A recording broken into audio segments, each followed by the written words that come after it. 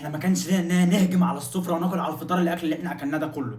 هي غلطتي ان انا عملت لكم محشي وبط ومكرونه بالبشاميل وفراخ وبانيه. انا ما اعرفش عامله مائده رحمن في البيت. شاي اخضر يمكن يعمل اي حاجه تحت.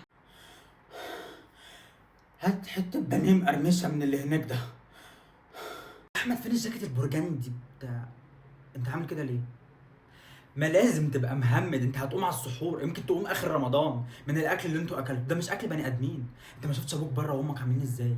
ده ابوك بره كرشه قد كده، وبس بعدي اساله على حاجه لقيته بيقول لي هات حته البانيه المقرمشه اللي بره. عايز يكمل هنا ويحط هنا كمان.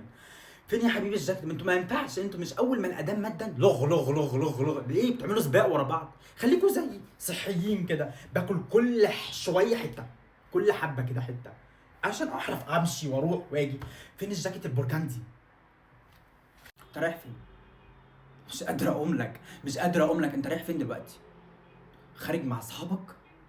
اه، خارج مع اصحابك. هترجع لي طبعا على السحور، تتسحر معاهم وترجع لي.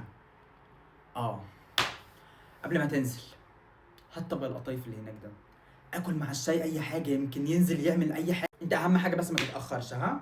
اه، وهات لي غزل بنات من الراجل الفضح اللي تحت ده. اشتري لي من عنده غزل بنات، وحطه لي في السبت. ايوه، لا ما تعديش على ابوك. ابوك السفره في بطنه بره، ما تعديش عليه، مش هيقدر يتكلم ولا يقوم. اه، وانا اقوم اظبط المطبخ بقى واظبط الحاجه والدنيا عندي، واقوم احط الاطباق في الديش واشر. افكر في اكل بكره ايه يا حيوانات انتوا يا حلف؟ افكر في اكل بكره ايه؟